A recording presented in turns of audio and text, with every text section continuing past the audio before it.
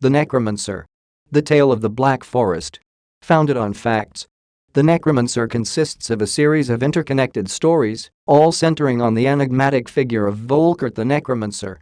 Filled with murder, ghosts, and dark magic, and featuring a delirious and dizzying plot that almost defies comprehension, The Necromancer is one of the strangest horror novels ever written.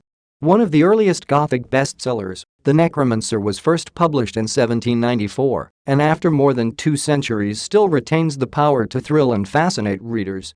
This edition includes a new preface which reveals for the first time ever the true identity of the Necromancer's author.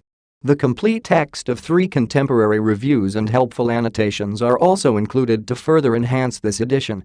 This edition contains the unabridged text of the 1794 edition and is specially formatted for optimal viewing on the Kindle. An extract: "He began to think that he was doomed to be a villain, and being driven to despair by hard labor and frequent blows, he concerted plans of effecting his escape. One of his fellow prisoners, a most consummate ruffian, joined with him in devising means of regaining their liberty, and after many fruitless efforts, they at length effected their escape, assisted by an impenetrable fog which covered their flight. As soon as their escape was known in the fortress, the cannons were fired and the country roused. However, they happily eluded their pursuers and reached, at the close of the day, a wood, where they resolved to conceal themselves in the tops of the trees till the heat of the pursuit should have abated. In this uncomfortable situation, they remained as long as their small stock of provisions lasted, consulting with each other by what means they could best procure an independent livelihood, and at last agreed to resort to the haunted castle in the Black Forest and there to commence robbery. After many fatiguing rambles and alarming fears, they arrived at length at the wished-for asylum.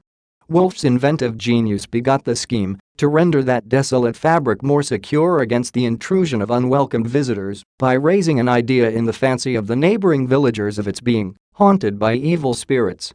In order to accomplish their design, they set up a dreadful howling and doleful lamentations whenever they perceived some of the villagers near the environs of the castle. The gloomy appearance of that half-decayed fabric, aided by the superstition of the credulous peasantry, rendered their artful scheme successful, and in a short time none of the villagers dared to approach their lurking place, from which they sallied out every night, disguised in the skin of goats, which they had stolen and fleeced, and committed numberless robberies in the village. Having procured a sufficient stock of money, Wolf's associate was dispatched to a neighboring town to procure firearms, powder, and ball, and then they began to prey on the unwary wanderer. To relate the numberless robberies they committed before they were joined by new associates would swell volumes. As their numbers augmented, they became more daring and extended their depredations many miles over the country, till after a series of 30 successful years their infernal society sustained a deadly blow by the nocturnal surprise which delivered them into the power of punishing justice. On Amazon.